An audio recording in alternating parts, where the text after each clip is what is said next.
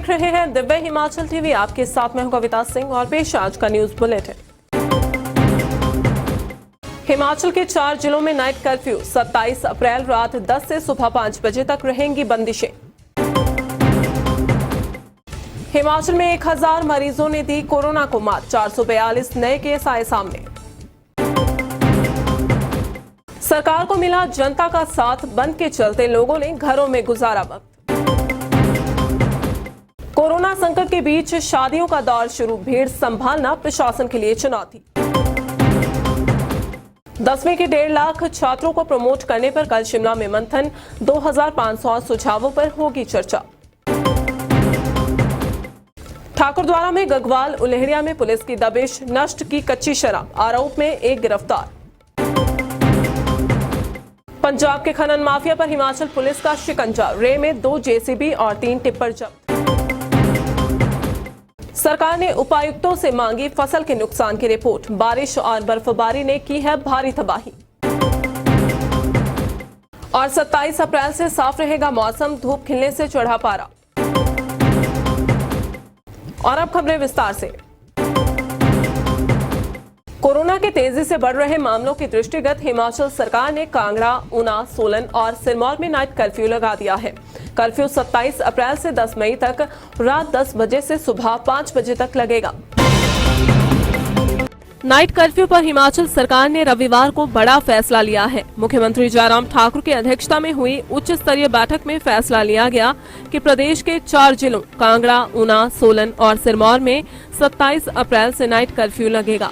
इसके अतिरिक्त बाहर से आने वाले सभी लोगों को 72 घंटों के भीतर RT-PCR जांच कराने और ऐसे किसी व्यक्ति ने अगर यह जांच नहीं कराई है तो उसे अपने निवास स्थान पर 14 दिन तक होम क्वारंटीन पीरियड से गुजरना होगा। ये भी निर्णय लिया गया कि शहरी और ग्रामीण क्षेत्रों में स्थानीय निकायों को अपने क्षेत्रों में मानक संचालन प्रक्रिया और दिशा निर्देशों को प्रभावी रूप से लागू करने में शामिल किया जाएगा। जनप्रतिनिधियों के पास उल्लंघन करने वालों के खिलाफ कानूनी कार्रवाई करने का अधिकार रहेगा। हिमाचल में कोरोना के मामले घटने का नाम नहीं ले रहे हैं। प्रदेश के 4 जिलों में तो स्थिति अब बिगड़ती जा रही है। रविवार को भी शाम 5 बजे तक 450 केस आ चुके थे। प्रदेश में रविवार शाम 6 बजे तक कोरोना से 15 लोगों की मौत हो गई, जबकि 442 नए केस आए हैं। इनमें से अकेले कांगड़ा में ही 300 नए संक्रमित निकले हैं, जबकि जिला में 10 लोगों की मौत भी हुई है। खैर, राहत की बात यह भी है कि 1000 लोगों ने कोरोना को मात दी है और स्वस्थ होकर घर लौटे हैं। इसी के साथ प्रदेश में अब 12,833 एक्टिव मरीज हैं, जो कि प्रदेश के विभिन्न अस्पतालों में स्वास्थ्य लाभ ले रहे हैं। कोरोना की चेन तोड़ने के लिए शनिवार की तरह रविवार को भी हिमाचल की जनता ने सरकार को पूरा सहयोग दिया। देखें ये विशेष रिपोर्ट। हिमाचल में रविवार को भी बाजार बंद रहे और आवाजाही भी ना के बराबर रही। लोग अति आवश्यक काम के चलते ही घरों से बाहर निकले। हालांकि दवा, दूध और सब्जियों की दुकानें खुली रहीं, पर कम ही खरीदार पहुंचे। प्रदेश के शहरों में दिन भर सन्नाटा पसरा रहा। सरकारी कार्यालय बंद होने के चलते लोग घरों में ही डटे रहे। उधर पांवटा साहिब में पुलिस द्वारा फ्लैग मार्च किया गया, जिसमें लोगों को कोरोना महामारी के प्रति जागरूक किया गया। बंद के चलते प्रदेश के ज्यादातर क्षेत्रों के बस रूट बंद रहे। हालांकि इक्का दुक्का बसें तो चली, पर वह भी खाली दिखी। मानव जाति का सबसे बड़ा दुश्मन बना कोरोना वायरस सिर्फ सांसें ही नहीं छीन रहा, बल्कि नई दुनिया बसाने जा रहे युवाओं की कुंडली में ऐसा योग बनकर बैठा है कि शादी के 7 फेरे तक रोक कर रख दिए हैं। विवाह की सारी तैयारियां मुकम्मल होने के बाद भी चेहरे पर वह खुशी नहीं दिख रही, जो कि अक्सर शादी वाले घरों में होती है। कोरोना ऐसी कुंडली मारकर बैठा है कि सारा मजा किरकिरा हो गया है। 1 महीने के भीतर प्रदेश में लगभग 8000 शादियां होनी हैं, पर कोरोना ने सभी को सांसत में डाल दिया है। हालांकि आयोजकों ने प्रशासन से परमिशन ले रखी है, मगर कोरोना का भय भी मन में सता रहा है। कोरोना संक्रमण और लॉकडाउन के बावजूद शादी समारोहों में हजारों लोग एक दूसरे के संपर्क में आएंगे। ऐसे में कुछ ही दिनों में होने वाले इन समारोहों में जुटने वाली लोगों की भीड़ पर अंकुश लगाना सरकार व प्रशासन के सामने बड़ी चुनौती होगी। इस दौर में जिस भी व्यक्ति ने समारोह का मजा लेने के चक्कर में लापरवाही की, तो वह अपने साथ साथ दूसरों पर भी भारी पड़ सकता है। इस चुनौती से निपटने के लिए भी जिला प्रशासन ने तैयारियां शुरू कर दी हैं। नमस्ते, मेरा नाम अंजलि है। आज मेरी मैरिज है।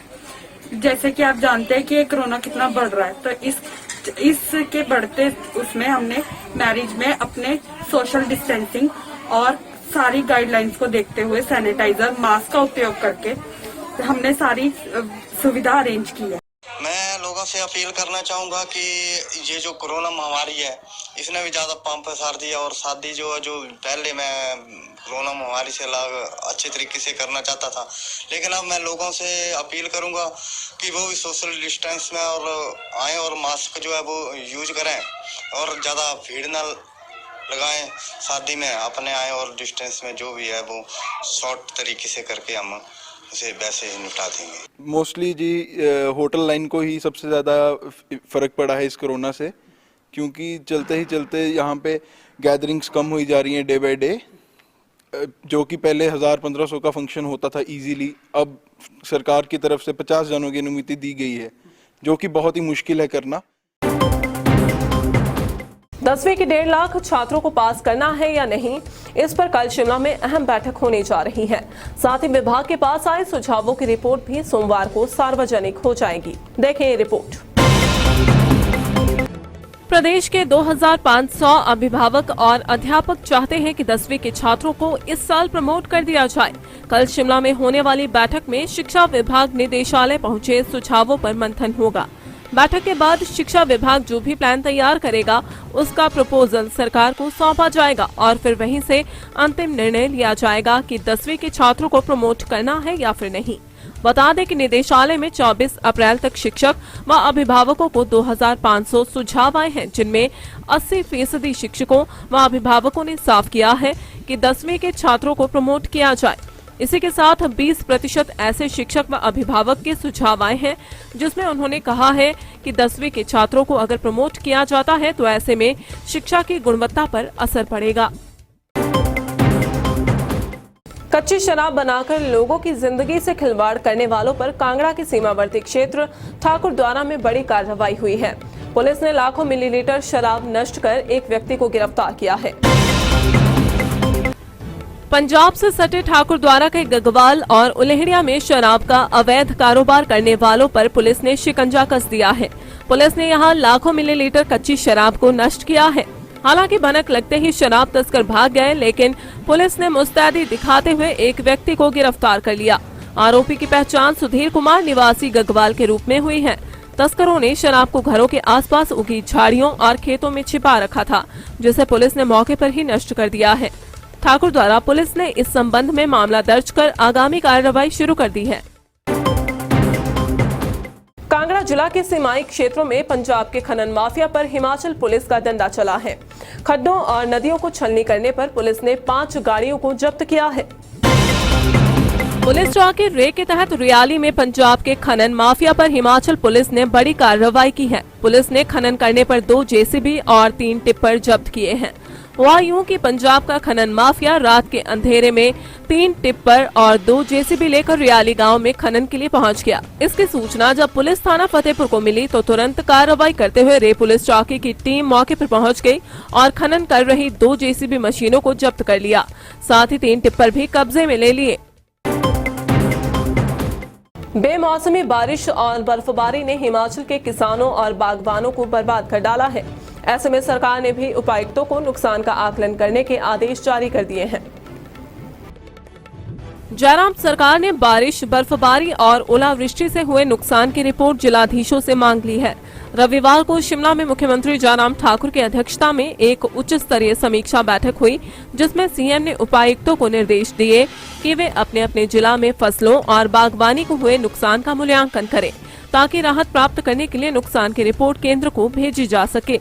बता दें कि लगभग सभी जिलों में बेमौसमी बर्फबारी, ओलावृष्टि और बारिश से सेब, गेहूं, मटर, आम व लीची की फसल को व्यापक नुकसान हुआ है, जो कि चिंता का विषय है।